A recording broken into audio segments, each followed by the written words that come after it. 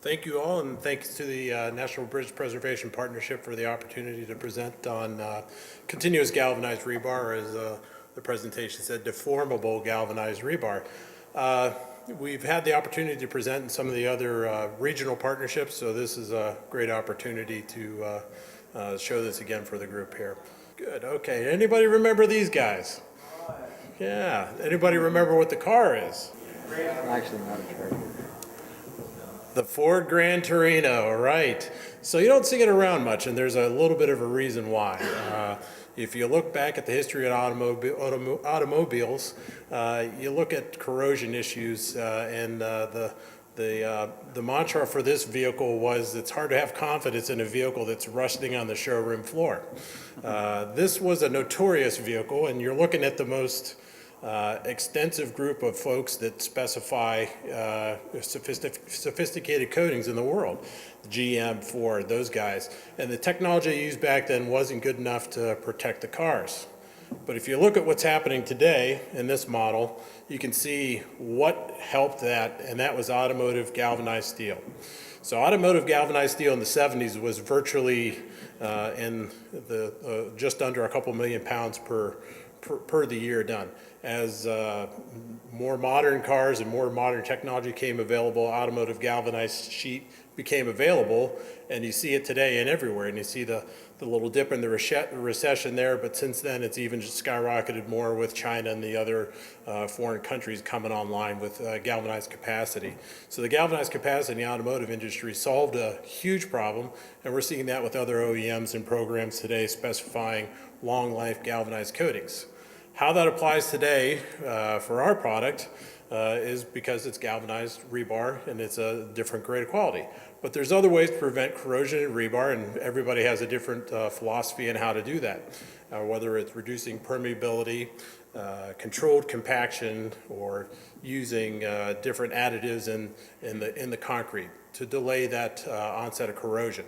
And you can see even in different countries, the distance of cover is somewhat variable, with slightly small from 15 millimeters all the way up to 78 in Australia, and the U.S. is pretty consistent. But in the U.K., 25 to 50. So other people's depth of cover even differs in preventing corrosion against rebar.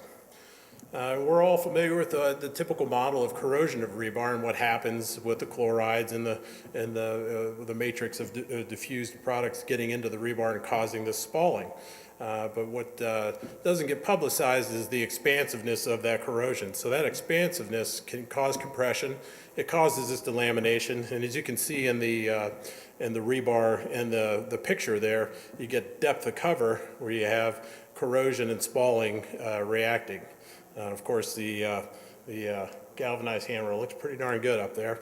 It's atmospheric, but in the corrosion, how concrete reacts to galvanizing is different.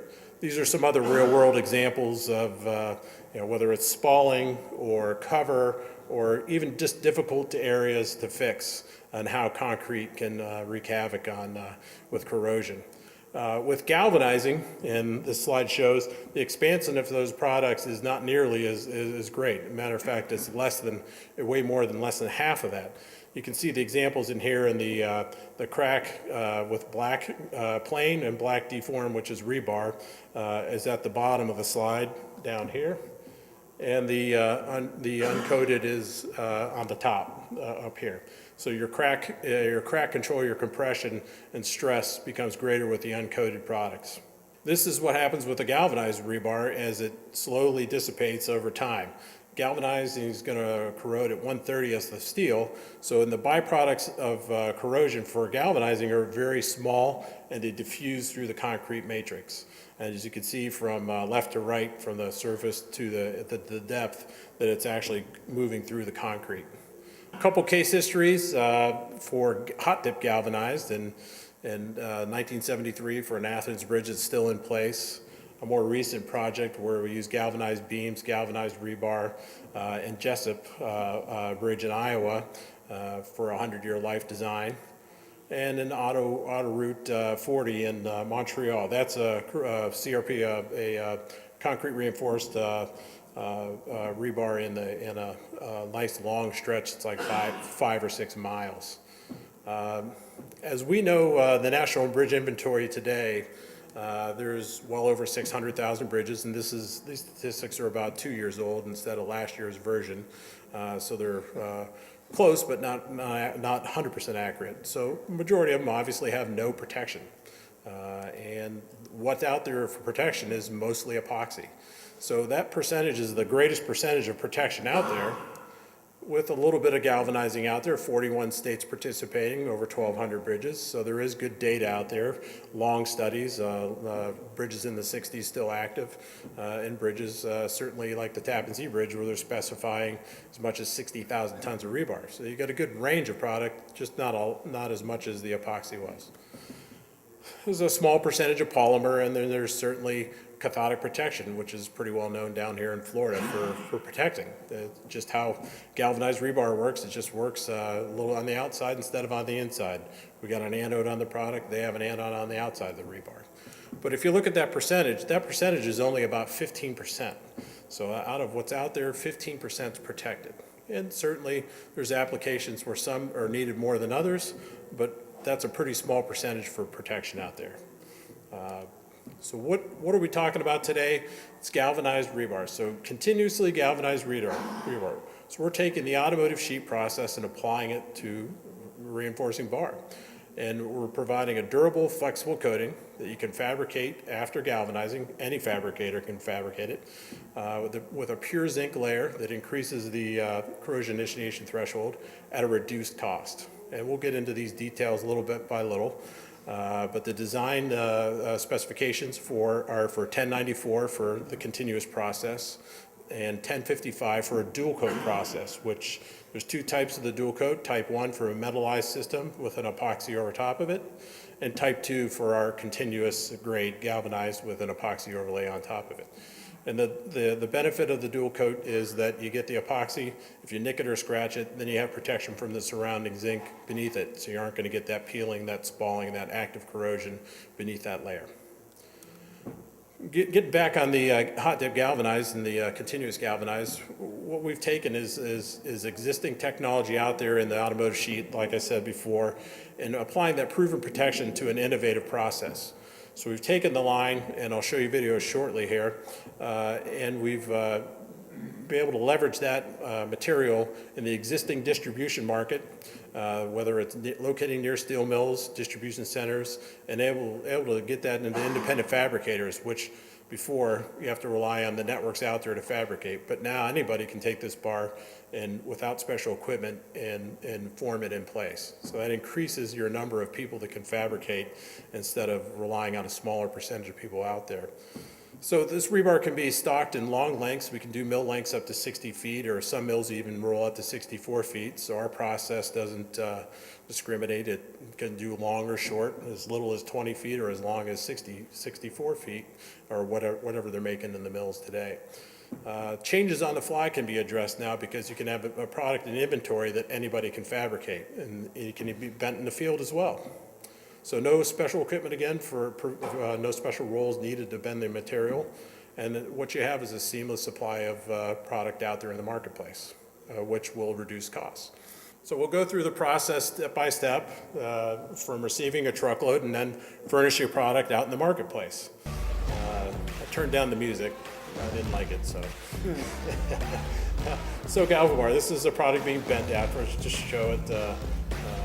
It's, as I said, it's no special equipment provided. So as you can see, we're loading up the material. We can go from a number 4 bar to a number 11 bar. We start with an abrasive blasting where we're concentrating mostly on cleaning the steel to an SSP standard, and we can get a mill profile accurately as well, but we really rely on the cleanliness more than the profile. Preflux, which as it says helps to pre-treat the bar. Then it goes into an induction heat. The induction heat gets it to operating temperature quickly without getting too high of a temperature.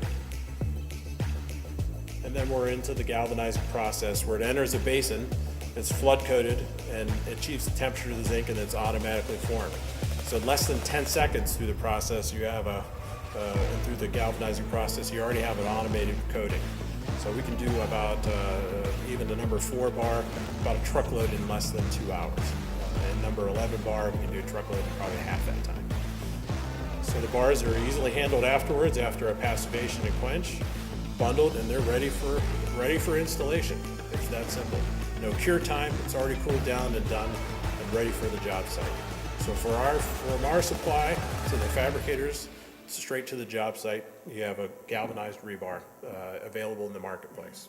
A little bit about the zinc coating. So we're looking at a 50 micron or 2 mil per the ASTM A1094.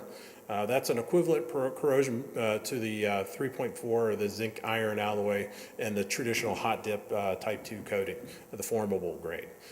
With pure zinc, you're going to get a faster passivation and a slower corrosion rate. And this example here is with annealed steel, which is automotive steel that's gone through a furnace to drive some of the iron into the coating, develop those iron layers.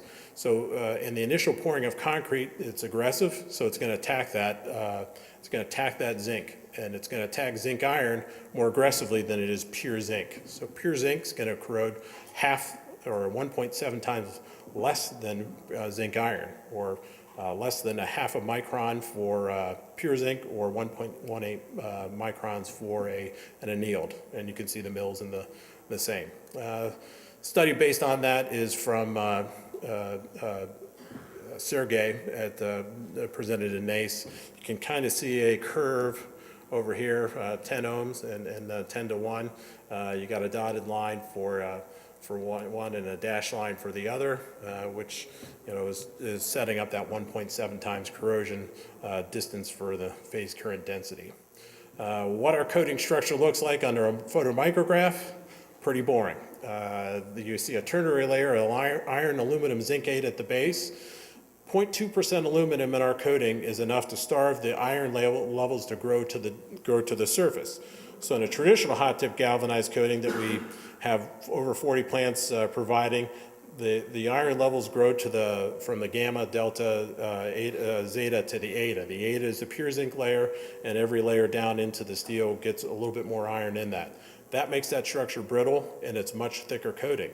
But with pure zinc, we can get away with a thinner coating, more flexible coating, and more corrosion-resistant coating compressed into a pure zinc alloy. So we'll have a little bit of a delta there, and then slight gamma, and that's it, pure zinc after that. Here's a forming video. So this is the most sophisticated, aggressive forming machine in the marketplace today. It's a Schnell former. You can do wire or bar. But essentially, it's got knurled teeth, 6 sets of knurled teeth with compression and feeding it forward. It's very aggressive. So no special rolls are needed to form the material, but you can use the most sophisticated equipment to make stirrups and other parts. And even that this is the world of concrete, they had robots picking the parts. So it's a very aggressive, but it certainly doesn't affect our coating development at all. A little more detail about how our continuous galvanized rebar protects, continuous galvanized zinc protects rebar and the details of it. We're going to develop a calcium hydroxyzincate layer, which is up to 4 times or more than the chloride threshold, with a low pH tolerance, and I'll go through the corrosion product migration. And again, we're not a barrier coating, we're a metallurgical bond. So it's acting like a barrier, but it's a part of the steel, so you have cathodic protection.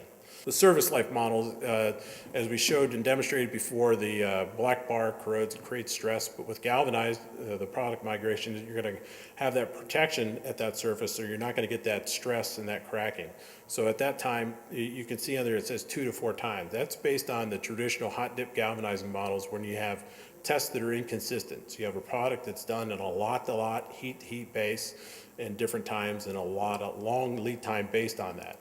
With ours, you're going to get a consistent product because it's a repeatable process over and over again. You can get the same mills and the same thing over and over again. So we have repeatability, so in future studies and models, we'll be able to have a little bit more reliable data on what's out there, not a batch process. How zinc passivates in wet alkaline concrete. We said before, it's a little bit aggressive at the beginning, as everybody understands. When it attacks the galvanized, it forms that calcium hydroxyzincate layer. that actually is creating a bond in there, but it's reacting, and I'll show you in the next slide what that looks like under a microscope. But once that reaction ceases in the hardening of concrete and the curing of concrete, that pH settles out, and the galvanizing is reacted to and protected. Atmospherically, it forms a patina in the world, and it's a very dense but invisible layer. But in concrete, it forms a calcium hydroxyzincate. And this is what it looks like from a study by Tan and Hansen when 12.5 and 13 pH. So it actually does grow a protective layer, and that's how it's reacting in concrete. And because it's reacting like that, that's actually what develops our bond strength. So you can see in studies from the University of California here that we're able to provide a better bond to concrete over black bar in 12-month studies. And that's certainly been proven out in some recent studies I'll get into a little bit here. But we're also available with a better slip. So your lap splice lengths, you can design like black bar as opposed to using more steel for some other technologies. We're gonna have a better bond actually than epoxy or uncoated, but design it like black bar, and you don't have any special provisions for that. This is really where we separate from the field. For some of the other coating technologies for installation in field, it's a very durable coating. You can see the samples that the local vendor has at the table over here, but you can bang these pieces together all day long and you're not going to harm this coating. It's a very durable, heavy coating. So installation, you're not going to have any field issues. Temperature problems don't exist. The only issue you're going to have is if you have to cut it in the field, and you can repair it with very available zinc-rich paint, which is it's a low-stress area, and it's easily paintable. This is the way we see the marketplace as what's out there in competition. Certainly different levels. Hard to beat the price of uncoated. There's no price in there but fabricating. So certainly it's the low price every time. But you have other technologies out there. Certainly epoxy is the lowest out there. We're competitive with it, as you can see, and there's other corrosion technologies that are competitive too. But there's value engineering that gets involved, but this is just how we look at the market and the cost of fabricating. So with availability of fabricating in our place, we can compete with the cost of fabricating since anybody can fabricate it now. Distribution channels will allow availability to influence that as well. But certainly, we think we can compete even on the dual coat level and get a long life. We're projecting the life of a dual coat in the 100-year range. We're projecting the life of the continuous galvanized in the 50 to 75-year range. Looking at some recent data from the University of Akron, which is an available study for Ohio. We have a crack reduction study that they've used to try to increase some spalling that they have with their existing technologies. So what you can see in this study is some improved strength and reduction in crack widths versus some of the other technologies with the use of fiber, which is the straight line, and without the use of fiber, which is the dotted line. So we're performing excellent in concrete, and because it's used as a system. So it's another potential method of corrosion is reduction of crack widths, so you have less product or less migration into the concrete getting to the surface of the bar. Some corrosion testing done by the University of Waterloo also, where you had hot dip galvanized and basically 3 different flavors of continuous product used by a company out of Dubai and a company out of China, and an experimental one with a higher percentage of aluminum. The higher percentage of aluminum we're putting in here, it's not a technology we're interested in promoting or using, but it did compete well with MMFX in there, so we kind of left it in there. It's a 21% solution, so it is aggressive environment in tombstone samples. If you look at the data, MFX is on the top there and performing at 001 for sound concrete and 001 for longitudinal and transverse cracking. So that's going to stay constant through the next couple slides. But as you can see for the hot dip, did 2 orders of magnitude better in sound concrete and one in the transverse and longitudinal. CGR, or continuous galvanized rebar, also competed very well in the sound concrete and very similar in the transverse and longitudinal for both bars. These were a little thinner in mils or microns, 30 microns to 40 microns. Ours are 50 as a minimum. That's about in the marketplace today, so you get a little bit longer life. The corrosion they're looking at in these slides is comparable to less than 1 micron per year. If you look at the technology for a higher aluminum coating, which again we're not interested in promoting with a higher aluminum level for some concerns, but it didn't do too bad against MFX. So a little bit about the first location of continuous galvanizing. It's in Tulsa, Oklahoma, but with distribution, it can be near you or anywhere. And that's a little bit about continuous galvanized rebar. Did you say that the tie wires that you're using should also be galvanized? Good point. I didn't, but it was written in there. Yeah, tie wires should be galvanized or plastic if the states allow it. All right, let's give a hand for Mike for that presentation. The preceding was produced by the National Center for Pavement Preservation. More information can be found on the web at pavementpreservation.org. Additional support provided by Michigan State University.